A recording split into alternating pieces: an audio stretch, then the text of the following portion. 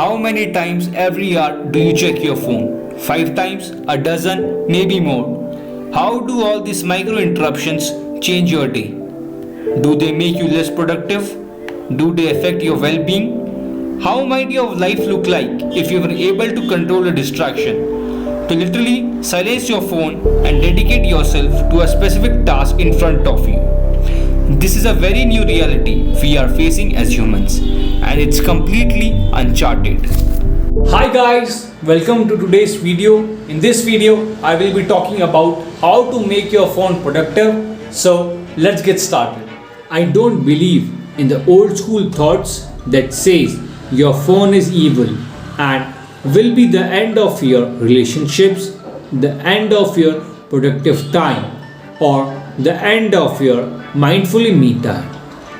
While I do believe it's an incredibly addictive piece of tech that can steal precious hours out of your day.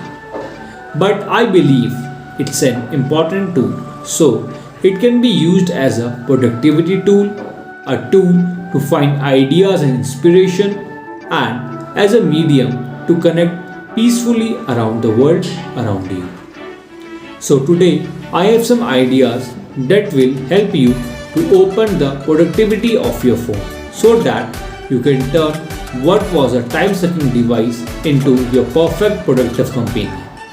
So let's make our phone productive. The number one step that we will take is that we will delete all the apps that we don't use or that don't add any spark to our life. You yourself have to identify which app to delete and the reason behind the deletion of the app. They can be making you insecure or adding stress to your life.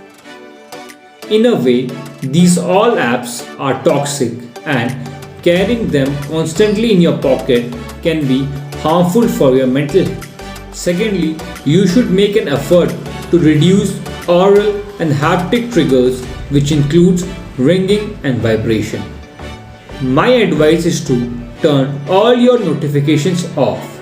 So, if you're trying to transform your phone into a productivity machine, you need to turn all your notifications off, as their notifications can distract you and disrupt your attention cycle.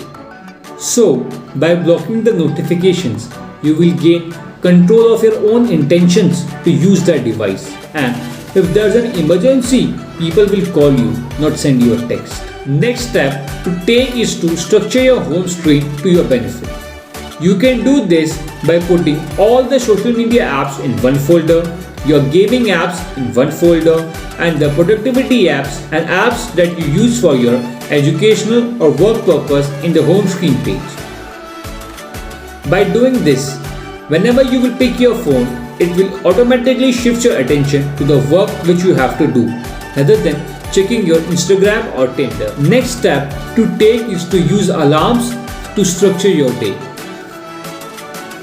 So, using alarms to structure your day is a major part of time management technique and can be easily achieved by creating a routine for yourself using your clock app. Dividing your day into bigger or smaller chunks of time is helpful to give you a limited amount of time to complete a certain task and plan ahead for your future downtime. So for creating this, your phone is the perfect device. Thing I wanna tell my Android users is that using widgets mindfully can add productivity elements to your phone. Your phone background can also be a usually forgotten productivity booster. Creating a background once per week with your daily or weekly intentions will allow you to read a thought-provoking question or sentence whenever you unlock your phone. You will probably notice by now that I didn't include any blocking app in my list. And that's because I believe that our relationship with tech, social media, or internet should be more mindful and constructive, rather than just blocking you away from that app.